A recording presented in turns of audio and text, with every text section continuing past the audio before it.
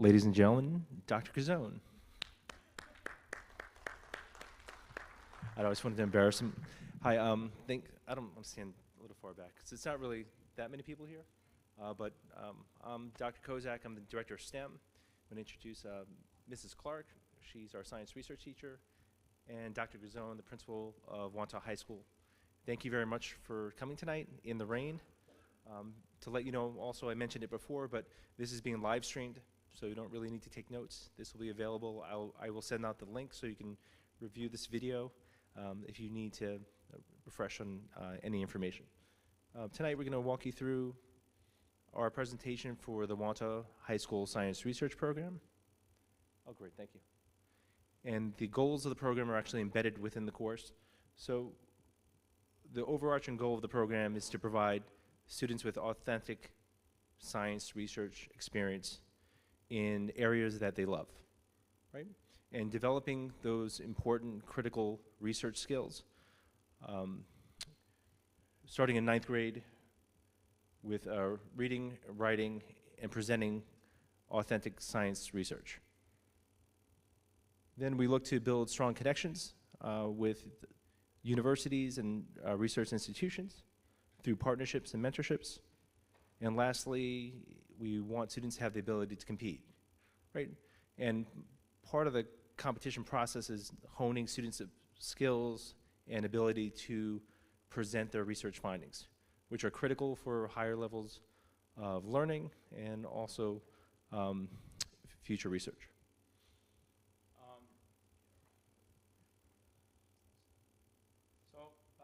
Before I have Ms. Clark speak to some of this, I just want to kind of give you guys a little bit of background. There's a little story here, right, to our science research program. This is my 5th year at the principal of Wantagh High School. And by the way, I love it here. It's like home away from home. It's fantastic.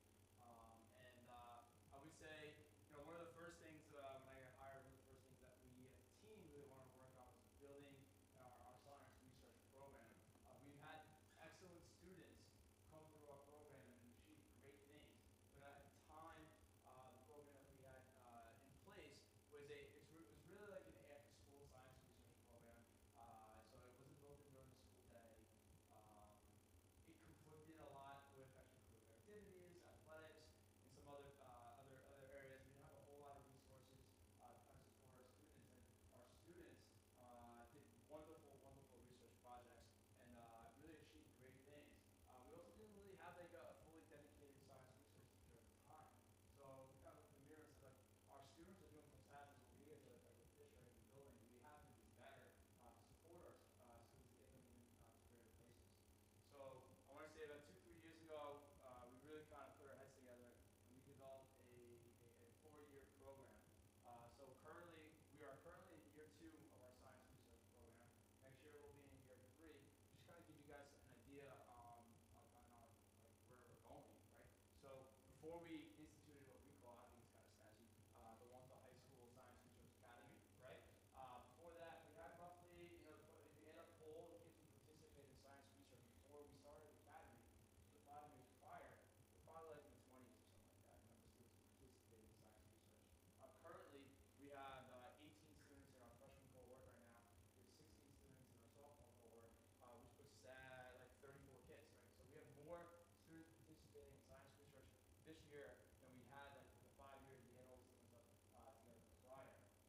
So like right away, you can tell, like in my opinion, like we're on track to be extremely successful with our science research program. We also did, I think, a nice job in canvassing for someone with experience to help educate and support our students, and that's where Ms. Clark came in. Ms. Clark has joined us from in the city you were.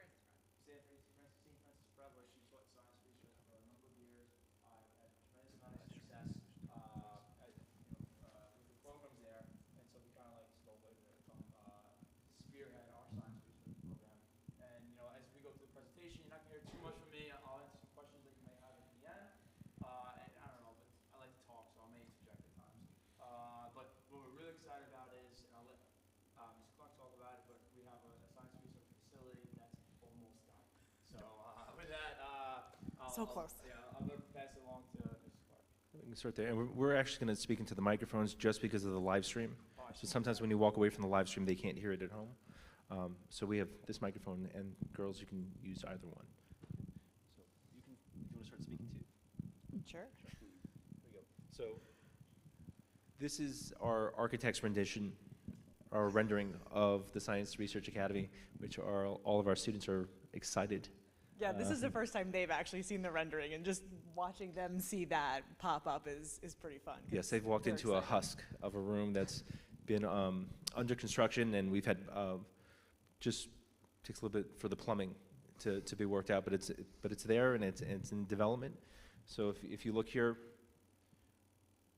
the way the research facility is designed, obviously there's work for independent work where students can focus, but we also designed it to emphasize teamwork and collaboration, right? Those are essential in terms of research.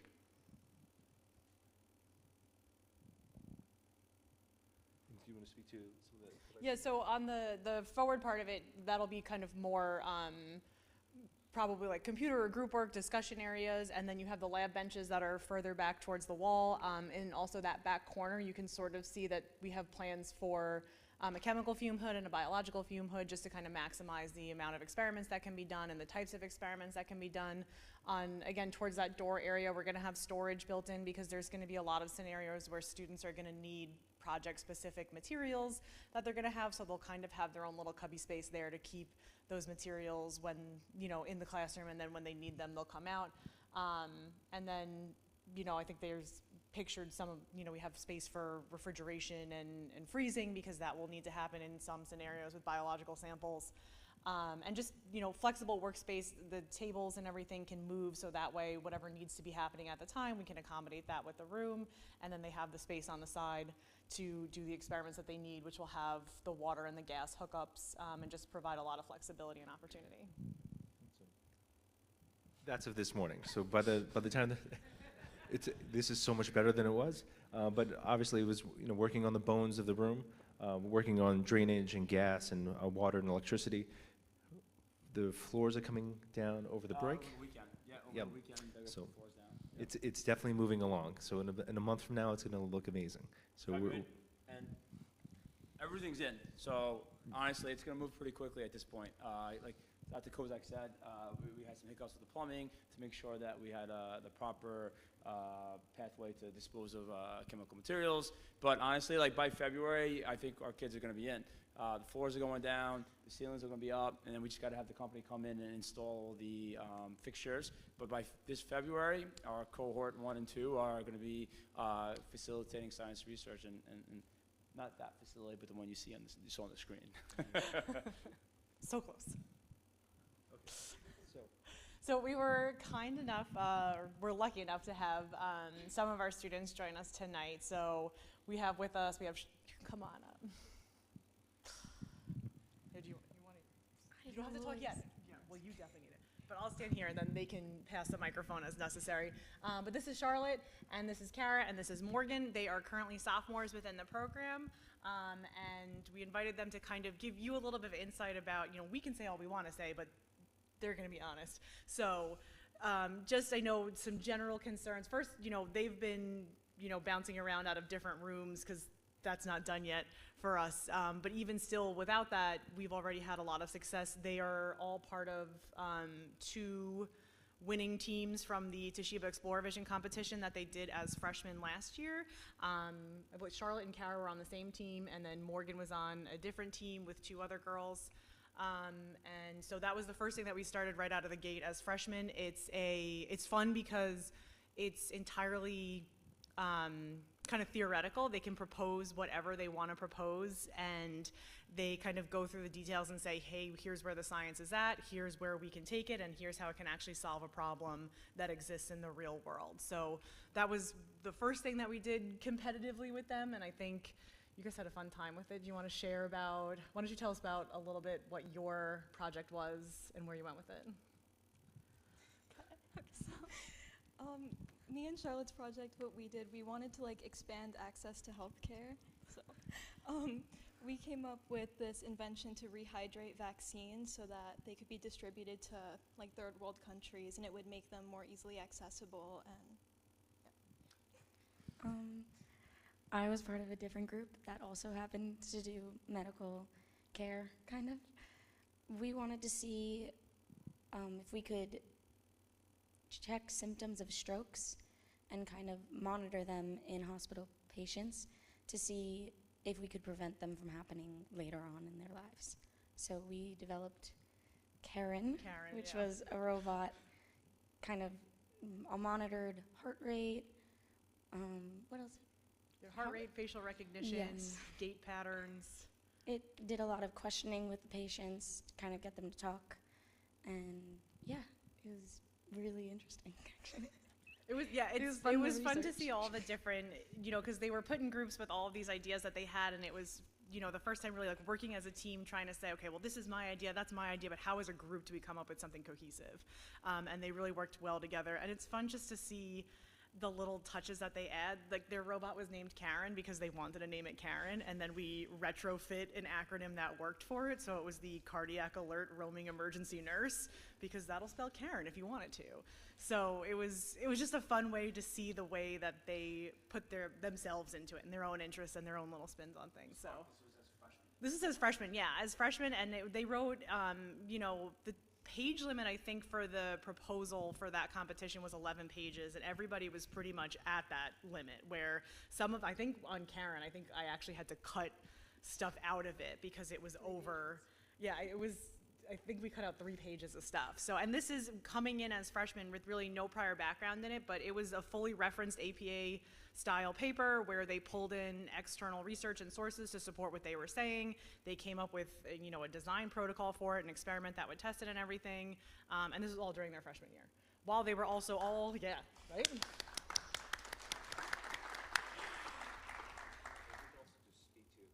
could speak to your experience as a freshman coming into this program, and you were the first to come in, so how did it feel transitioning from middle school into this program with everything else you had going on? Yeah, and especially because they were all LEAP students as well. So this program honestly didn't feel like a lot freshman year. It was one of my less demanding classes, believe it or not. LEAP's, I know a lot of you guys are worried about LEAP's work in relation to science research work. It did not overlap at all. It was not, wait, that's a bad way to word that, sorry.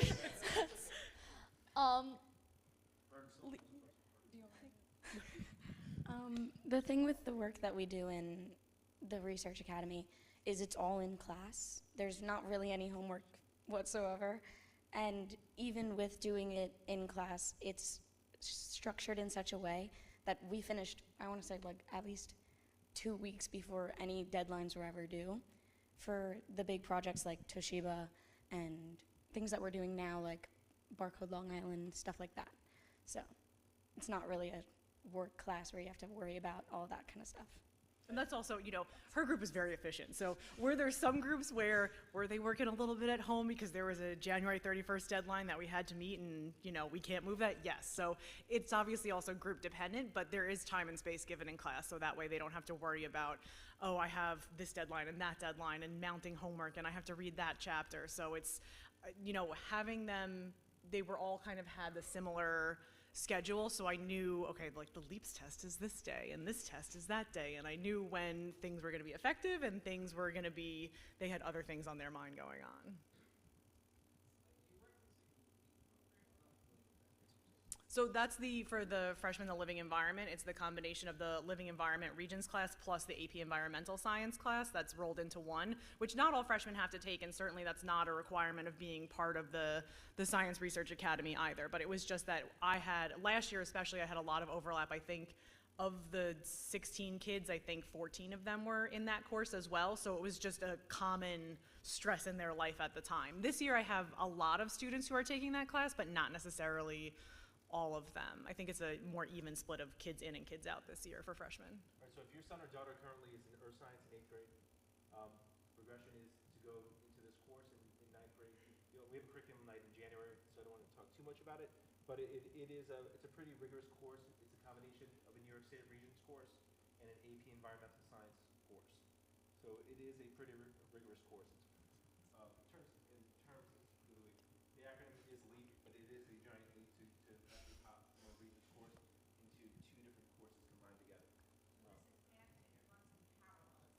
We'll go into all the structure of the whole four-year program and all that in a few slides for sure. But I just want to emphasize that the design, sorry to like put my big head right in front of you, but when we designed this course, it really was intentional not to add stress to our students.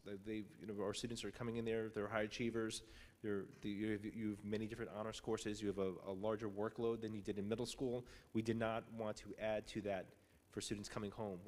And many times I walk into the classroom or through the classroom, I find that, you can tell me if I'm wrong, but I find that students are a little more relaxed and they deflate once they walk into the research classroom from all their heavy load throughout the day, and they're able to come in a little bit and, yes? Complain about other teachers, or we kind of let everything stay there, but yes, but they're able to deflate and relax, and that was also part of the reason for this room here. The design was just to give them a home within the building. Yeah, I guess I have a question for you now as sophomores, because I'm the freshman research teacher and I'm the sophomore research teacher, and next year I'll also be the junior research teacher. So love me or hate me, you're stuck with me.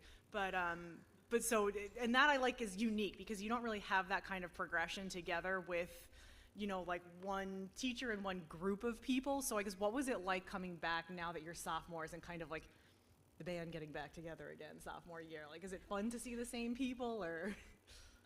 Yeah, so it's nice to see the same people again. So believe it or not, we came into this class not knowing each other at all. And through this what? Sorry? Oh, okay. What? Through this class, we've become friends. Me and Kara actually roomed together in London and like things like that. Like, okay, but like you get my point. Like you get my point. We've become like all very close through this class. Yeah, like you really you get to work with a lot of people in a group setting, and it's really helpful, especially going into future classes, because group work is a huge aspect of high school, and especially this year, sophomore year with seminar. So it definitely is helpful going into the future and just getting to know people around you that are like-minded. I would say they really kind of summed it up a lot. It becomes almost our own little friend group in the class, especially with ours. We have it's 2 different classes, so there's 8 or 9 kids, I want to say, and it's easy to talk amongst each other, share ideas. Makes the work a lot easier when you can trust each other to have an outlook on what your goal is. So I'd say that's very helpful about it. I'll do it. I think our ladies are set. I think unless Yeah, they can stay. Yeah. We'll bring them up. Yeah. Yeah, we can. Anyone have any questions for our students before we let them go?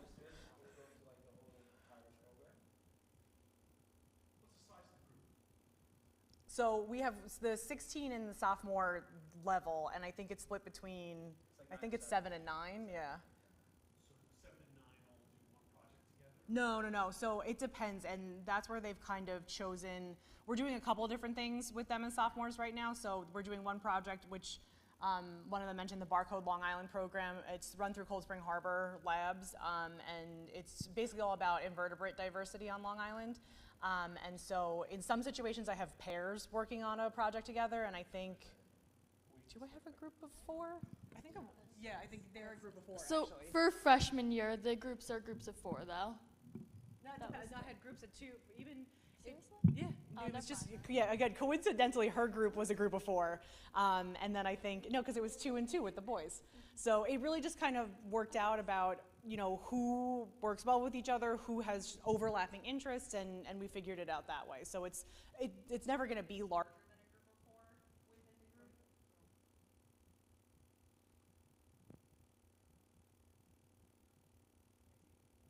Yeah, Russia. It's never going to be larger than a group of 4 because pretty much any competition or any program really puts 4 as the cap, and I think it starts to get out of hand if you're going to have more than that anyway. So that would be the largest size, and then some of them that are group projects mandate that it's a minimum of 2 students, but then there's also things that we're going to do that mandate that it's an individual project as well. So you run kind of the whole range. Oh, here, This is my question, but are the kids in that program also possibly performing arts? They're all in music. Let me Yeah. talk about the whole program, right? And I'll share how it kind of fits in and things like that. Okay. Okay, yeah, so I'm really excited to hear a lot of the feedback from our students because when we designed this program, we understood for our 8th grade families coming into 9th grade, especially those who are like double accelerated in math and science, asking the questions, hey, this course, Foundation of Research and Statistics, that sounds awesome, but is it too much for my kid, right? I'm sure a lot of you just looking at that, we're asking the same question. But we designed this entry-level course exactly how the students kind of shared their experience, right? We didn't want it to be overwhelming. The whole purpose of this was to really engage students at a young level in a cohort model into the love of learning of science and research and statistics, where they're not coming home and doubling down on the coursework that they have. We recognize if we were to do that, we would lose students, right, either out of our research program or out of some of our other advanced level courses, and we don't want that, right? We just wanted to build something at a foundational level for our students to experience success, follow their passions in research, and learn certain elementary component statistics that can then help propel them through our program. And it sounds like it's been working, right, based on the students' feedback. And we didn't pay them to say some of those things. But just a little bit more about the first level course. So it's an everyday course. It's taught by Mrs. Clark, but we also have a statistical push-in teacher. So we have a math teacher that also pushes in to the course every other day to support the statistics piece of the title of the course, right? So that's been really enriching. The teachers work great together, and the students really enjoy it. Now, what this does for your kid's schedule, right? So some of you are asking, can they do art? Can they do music? Yeah, absolutely, okay? They can do that. So what happens is this course takes the place of an elective block in a schedule, okay? So for students who, some students will take art, and they'll take maybe like a culinary foundation and a business foundation course, right? Or they'll take music and then like a culinary and business foundation course, right? So basically this becomes the elective that your child is choosing. Art and music, that is a graduation requirement that we encourage all of our 9th graders to fulfill right away. So that is still there for them. If a child we have some students that want to do double music. Some students will want to do chorus and band. That would be a problem, right? Because you're filling your graduation requirement that we have blocked for you, and then you're electing to take music, let's just say, as your true elective on top of chorus. That would be a conflict there, right? So this becomes your elective, essentially, for 9th grade. But those other opportunities are still there. So that's the first level piece, right? And in terms of, and we'll go into this a little bit more, in terms of size and things like that, we do have a cap overall of 24. So the program we won't admit any more than 24 kids into the program. We have a model that we use based on the number of students who apply to select students into the program. For the past 2 years, we've gotten close to the cap of kids who have applied, but we have not gotten to a point where we actually had to say no to X amount of students. I think we're like at 22 or 19, so we've been below that, but we want to keep a cap of 24 for the program because we run 2 sections of everything, essentially, and we don't want to have more than 12 kids per science research group. That's your freshman level. Now, as you move up into 10th grade, the coursework does get a little bit more difficult, right? So the freshman level is kind of like, okay, let's have some fun. As you move into 10th grade, it does get a little bit more difficult. Your research program moves or shifts to a every other day model. It's like most high schools have actually at that point in time. So they won't have science research every day. They'll have science research every other day. We also, to kind of honestly really support the science research model, and for some other reasons, we actually moved health to 10th grade. It used to just be 11th and 12th grade. It is now a 10 through 12 model. To be honest, a lot of the topics also are more relevant now for kids in 10th grade, and we should be waiting till 11th grade to talk about some of those topics. But that health course runs in 2 models. It runs in a semester model, but also runs in every other day model. So for some of our students, they could piggyback high school science research and knock off like a health at the same time in 10th grade. And then look, what basically happens is in ninth grade, all those kids that move on to the second level, they move into the high school science research, and they have to pick an English course. Okay, so some students will pursue what we call the AP seminar. That is a AP level course. They take an AP exam out at the end. It's part of that AP seminar is part of a larger program called AP Capstone.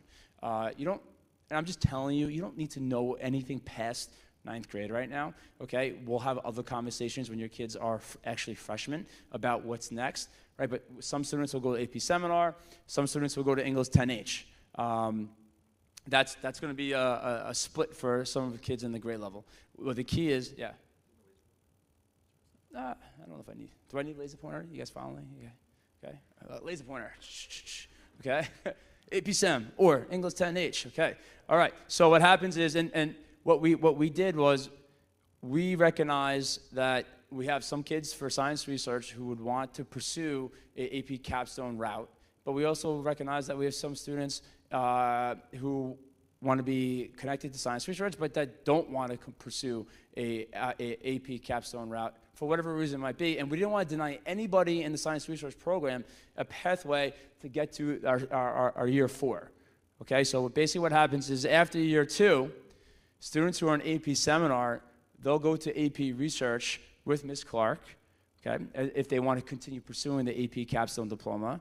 Those students in English 10H, they'll go to college research, also with Ms. Clark. So basically through the whole science research program, students are with Ms. Clark. And then in junior year, now these are independent from each other, okay? These kids are taking AP research, separate group from these students who are taking college research, okay? At senior year, they all come back together.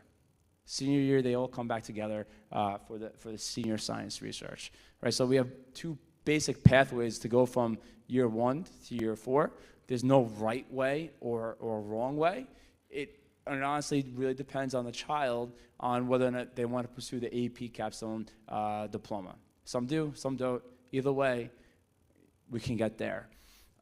What's important to note though is in order to get there, you can't skip a year of science research, right? So in order to get to year 4, you have to be connected to the science research program for all 4 years. So there's no like taking a break, right? It's like we're giving you options, but you got to stay connected. And we recognize that there's going to be some attrition, right? But right now we're in a great place. So that's basically the 4-year sequence on how it goes. Anything to add to this sequencing? If I was a parent sitting here, this is overwhelming. Understand, it's not, you don't need to know every single piece going up the ladder. Yeah. It's more, we want students who, we want students who want to make a commitment for 4 years, right? This is a 4-year program, and that's the biggest driving focus of this. Later, I actually have a video from Regeneron, which is the top science program in the country, and a lot of the students that made our finalists are actually from New York. A disproportionate number of them are from Nassau, Suffolk County. There's some from the city and a couple upstate, but within the video itself, most of the students interviewed are actually from New York State, which is amazing, right? But those students started a program, they had a drive, and they continued with it through their high school career. And that's really where I think that's a conversation I would have with my son or daughter in 8th grade, is this something you want, right? And they can also have that conversation with their science teachers now. Miss Bellucci, if you know Miss Bellucci down at the middle school, she has a science research club. She has a lot of students that are highly driven for this, and that's what we really need. It's really about like passion. Like if you're somebody who wants to be in performing arts or you know play music or play an instrument, it's what drives you to stick with it for 4 years. So that's what I think we should focus on now. I just saw everyone staring up at the screen, so I know it's a little overwhelming. The one thing I want to add is that there's the split junior year in that pathway, but that's really because in order to be in AP research, the College Board mandates that you must have taken AP seminar first. So it's more of a College Board labeling issue that doesn't like change the quality of research or the level or complexity of research that a student would do in college research. They just can't get the AP They can't be in the AP research course because of the AP seminar issue. Yeah.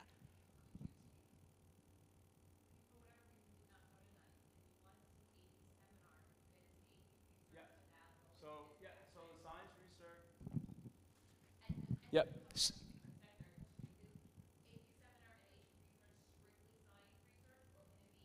So, right. So AP, we have two really research pathways.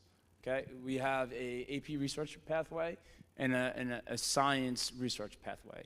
They are two separate pathways, but we didn't want to have students choose one, right? Because they can coexist, right? We didn't want kids to come in and be like, well, I have to do one or the other. That's not fair to the child, when in reality, we could build. If we did that, we wouldn't be doing a good job as educators in putting students in the best places, right? We're providing options to them, right? So if a child decided not to go into research in freshman year, what that would mean is that they couldn't get into the science research program, right? And that's okay, right? But yes, they could still go into AP seminar and go into AP research. So we have two sets, I want to say, of teachers for AP research. Right, we have Ms. Norton and Ms. Jones. They teach our AP capstone program. So basically what will happen is, let's say we have 40 kids in AP seminar, let's just say hypothetically, right? Which we have probably actually more than that. And let's say 15 of the kids out of the 40 in AP seminar are part of the science research program. Those 15 kids, when they go to research, AP research, will go with Ms. Clark. The other, what did I say, 40, 50, 25 kids would go to AP research with Ms. Norton and Ms. Jones. Now, if they go with Ms. Clark, it's probably more science, math, statistically based, right? If they go with Ms. Jones or Ms.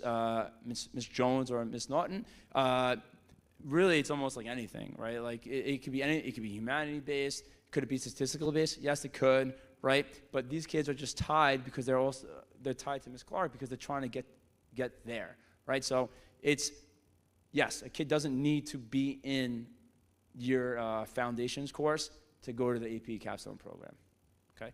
Yes?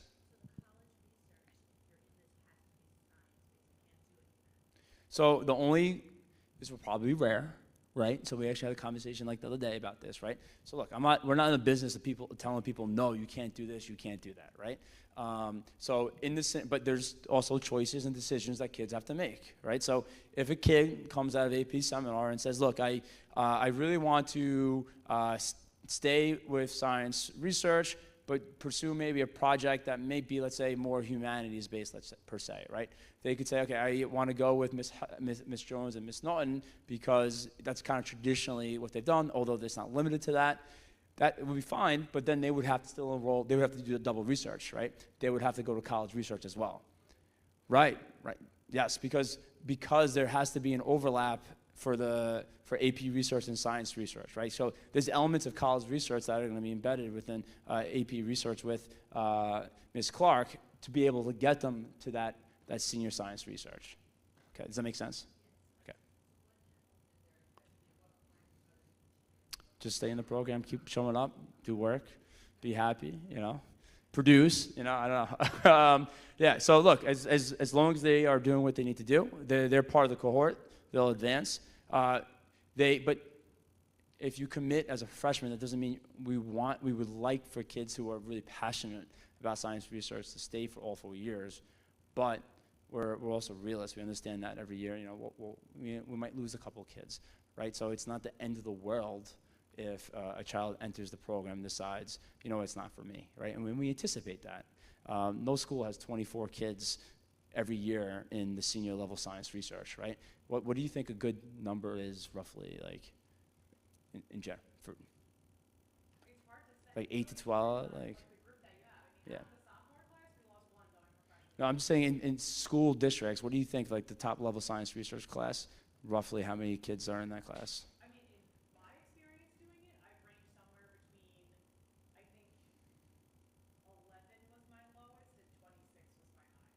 Yeah, so we start with 24, and that's where we anticipate we'll probably end up somewhere. Yeah. And just to follow up on your question, I don't want to get too far in the weeds with it because everyone will fall asleep. But if you've ever had to actually read through science, like actual research, read through abstracts, one of the most difficult pieces is actually understanding the quantitative piece of it. And so we have a statistical push-in that comes in, and knowing if you're looking at a study and seeing whether it changes over time, or if it's the same piece of data and you're comparing it to itself or to another group, or multiple groups at once, they're all different types of really hard statistics to map this out. So what we do starting in 9th grade is we teach students how to navigate through there. Now it's not an AP stats course where like you said, there's no homework, they don't have tests on it, but we do help them navigate actual research. So starting in 9th grade, the benefit of this course, they're getting an exposure by the end of 10th grade that many students don't see it in their whole high school career. And they will run into it in college, right? Stats is involved in, I think, but 87% of college majors right now. So having that experience is invaluable. And just going to the study piece, the student doesn't necessarily have to conduct a quantitative experiment where they're testing something. If they wanted something that's qualitative, where they're gauging other people's opinions if they're watching movies or whatnot, and you wanted something that's, I don't want to call it lighter or a little more qualitative based, they can still do that within science research. But Ms. Clark is going to help them with the actual research component to make it a rigorous study. Okay, so when they present the material, it is an actual solid research project. Okay. Any other question? Yes. No, tell me, sir.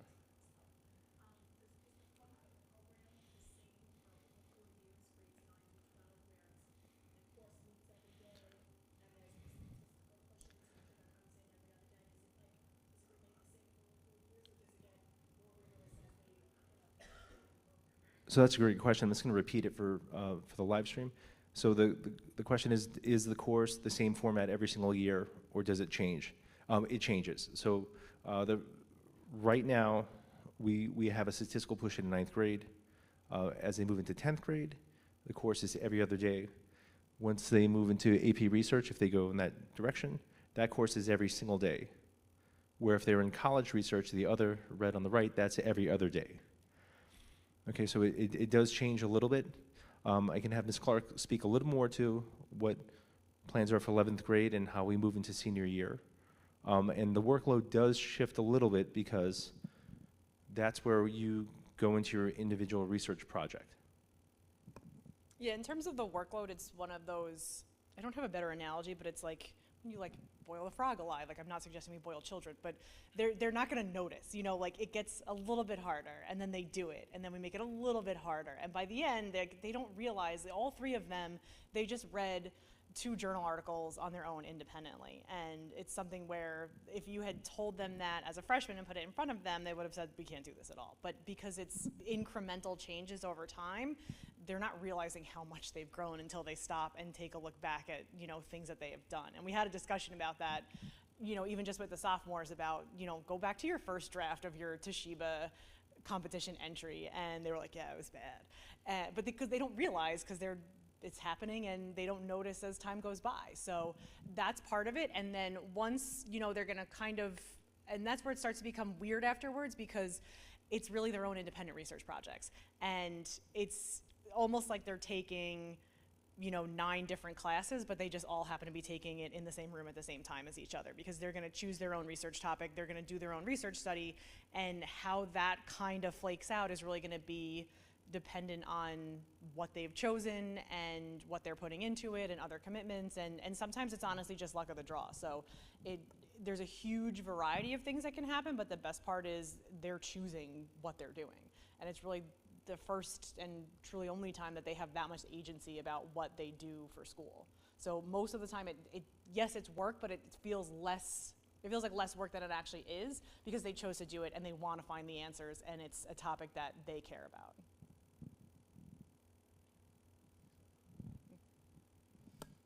Sorry, what was your question? No, you said that it takes up an elective spot in the 9th grade. Is it continue in that route? Like it'll take an elective spot in 10th grade again all the way through? Correct, yeah. Okay, so they're committing to that classes, as they get older, depending on the rest of the course of work they take, there may be more elective spaces that open up in a child's schedule. But they're basically committing, you know, if they go through all 4 years, an elective space. But remember, it's not, well, I shouldn't necessarily say that. It becomes a half year for them every other day elective space at a certain point, right? In 10th grade, it goes to an every other day model. In the senior year, junior and senior year, if you're on the right side, that becomes a every other day model for that child, right? If they're taking AP research, right, junior year, that becomes an everyday model, but that's just also part of the AP capstone program. Yeah.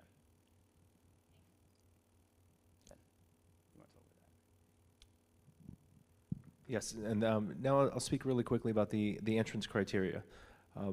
For the program itself, attendance is a major component. Being present for the research projects are important, so we take attendance into consideration. In their math and science classes, we calculate their quarter 1, quarter 2 averages and their midterm averages. And then there is an assessment component. We use a program called NNAT3, and it's actually it's a research-based program. It's used for enrichment programs within New York City and some schools out in Nassau and Suffolk County. It's actually a nonverbal assessment, which basically means it has no words. It's picture-based. It's used for students with where English is not their first language, and it's really geared to understand their processing abilities. All the metrics are quantitative, and really, and I'm kind of stammering because we haven't faced this problem yet, where we exceed that 24 number, that number beyond the cap. This is really used if we wind up having applicants that wind up go into the high 20s or 30s to create some criteria for the course. And obviously, I mean, our goal is to try to allow every student to be part of the program. Yes, ma'am.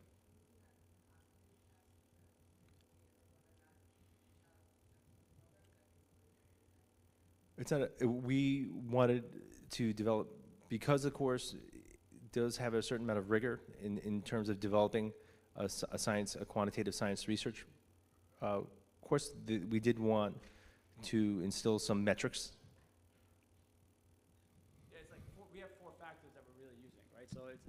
So we're using 4 different areas to really say, really to develop some sort of ability to select students into the program, because if it becomes a competitive program, we need to have something to measure students by, right? And we're not just choosing one method, right? Everything's really different, right? So attendance is super important, right? If you're not going to be in school, you can't be part of the program if you're not going to be in school.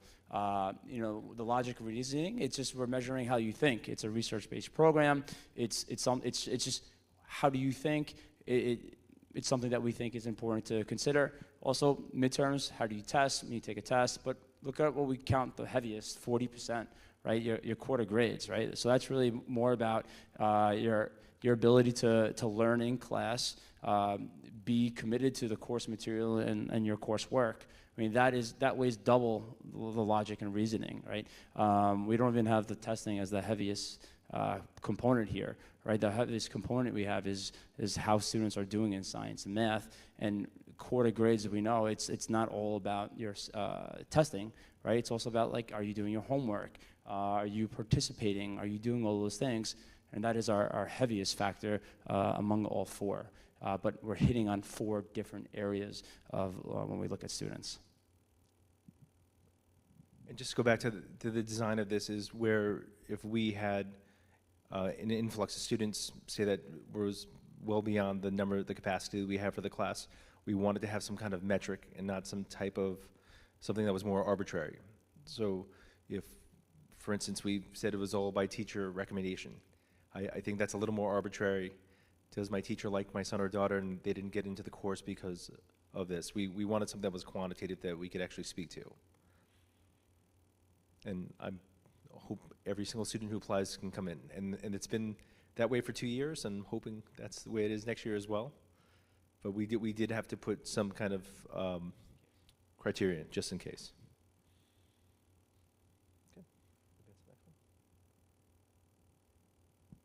Okay, and the next piece, this is just a short video, but as the young ladies were standing up here, and I'm so grateful they were here, just so that you can actually hear from students themselves, I would love to bring them back in 2 years from now and see how comfortable they are presenting in front of a group or an audience.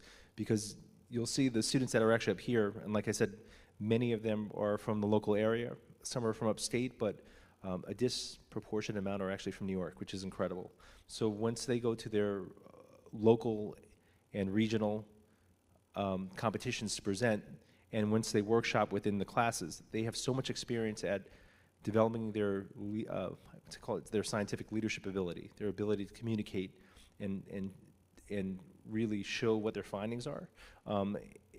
The growth is incredible, and that between that and our AP research courses, they really develop skills that universities and professional institutions are looking for now in terms of soft skills.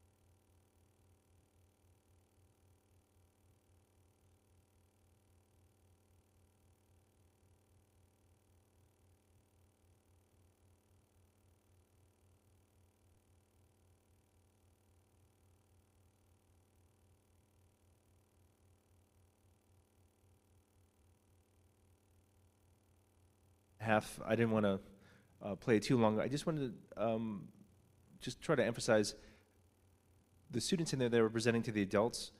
Our students actually have that ability here, whether it's a local symposium or if it's LISC or any of the local competitions where they get to go, they literally have to present their research to other students and adults as well.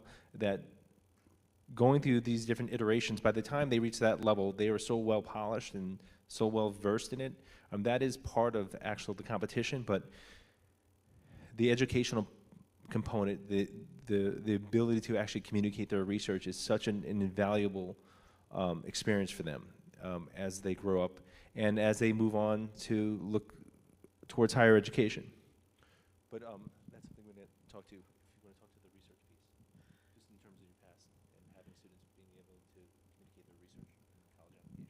Yeah, it's frustrating here because being a new program, you don't have the Wantagh kids to be able to come back and say, this is my experience. And I feel for the girls that were here and the rest of their classmates because they're the trailblazers and they have to do everything first. And one day they will come back and hopefully share with everybody. But speaking from my own experience, having run a research program at St. Francis Prep for 10 years, the one thing that kids would come back and say was, this was the #1 class that prepared me for college because it was about time management, it was about working independently, it was public speaking, it was all of these different layers of things, and most of them did not go on necessarily to become pure scientific researchers. I have had students do that, but they were by far in the minority.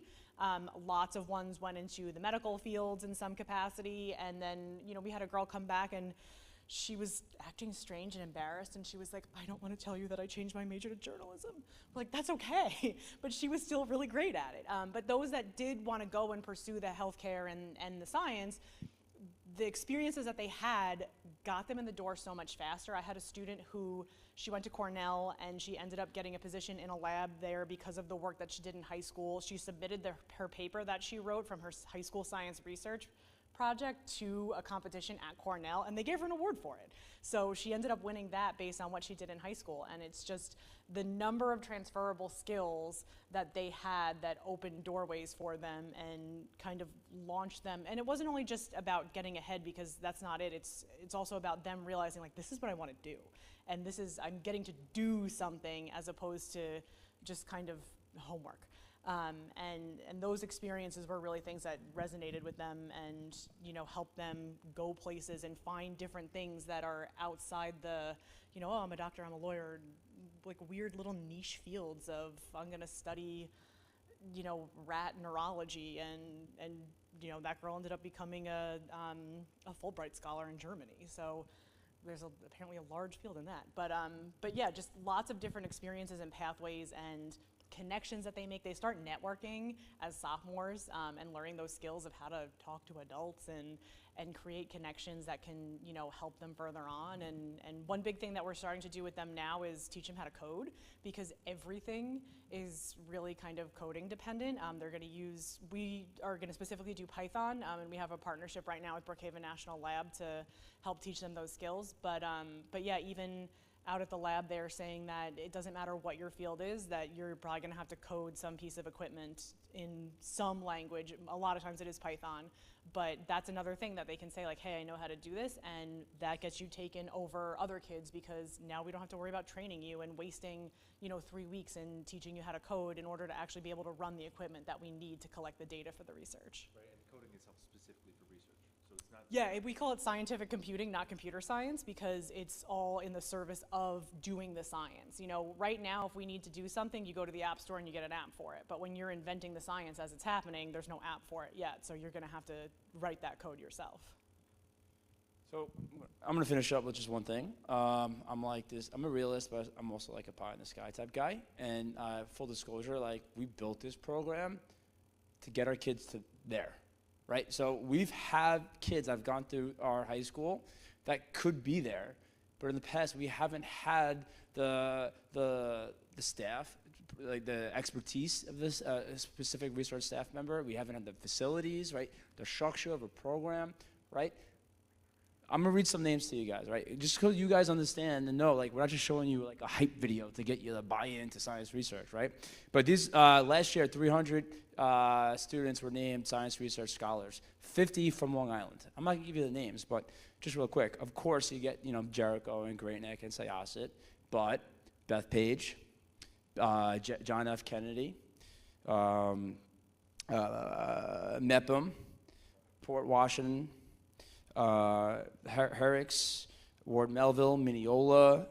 I mean, I'm not gonna go read them all, but that could be our guy. That could be us, right? That could be your kid, right? And we're building a program and a pathway to help our kids who are just as good as everybody else and around Long Island to help them achieve to the maximum potential, right? Very easily, I'm so excited to see where where cohort 1 goes in 2 years, because I really feel that we could be up there too, and we really built something that I believe is strong.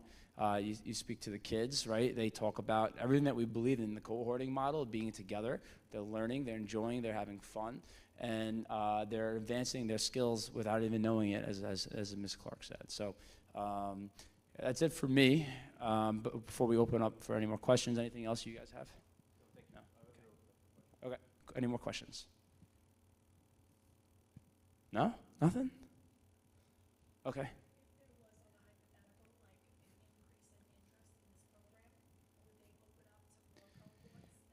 More sections? Potentially, right? Look, let me just put it this way. If we ever had a point where we had to open up another section, because we have like 36, that would be like an unbelievable dream that we could never have dreamed of before, considering our science research program any given year only had like 8 to 10 kids, right? So the fact that we next year potentially could have anywhere between 50 to 60 students in science research in total, right, between 3 grade levels is amazing. So I'm not gonna say yes, but I'm not gonna say no, right? Because we're on a pathway of that's just amazing, I think, so far. So, okay, TBD, yes.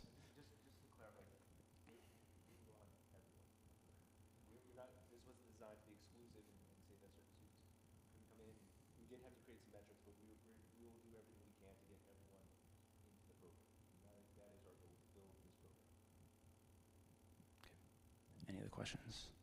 Yes. So that obviously, the Regeneron is more their senior year, right? Correct. That's what they're building towards. Yep. As they move through 9, 10, or 9, 10, 11th grade, do they participate in LISC or LISAP? Yes. Yeah, we're gonna do LISC, LISEF.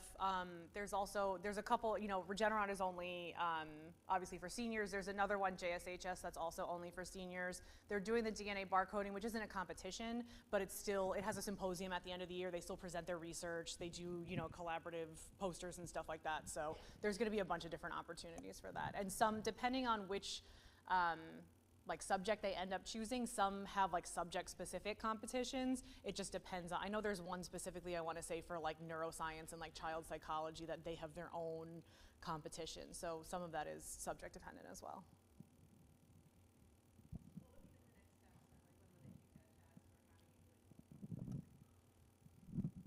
The next steps for the process is in somewhere probably at the end of January. We have midterm week here at the high school. At the middle school, we're gonna take the show on the road to say, and then walk to the other side of the building to the middle school and wind up presenting to students within the classroom, because not everyone is here.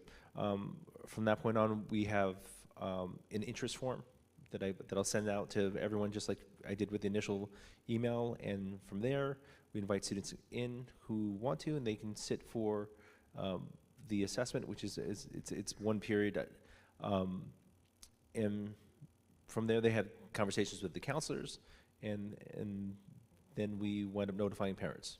So that process starts, the notification the end of January, and then that process winds up building through February into March. Yeah, I just also want to add, so when the 8th graders meet with counselors in early January, maybe, so what's going to happen is all 8th graders, regardless if they had interest in participating in the program or not, they'll build a schedule as if they're not in the program. right? Because at that point in time, the whole process would not be over yet for the science research program, but we would already be in almost like scheduling mode. So although there is interest there, every child will build a schedule filling that elective block with, let's say, culinary and business or ceramics and sculpture, whatever it might be, right? And then when the process for the Science Research Academy is over, the council will simply swap out that elective block with the Foundations in Research course. Okay.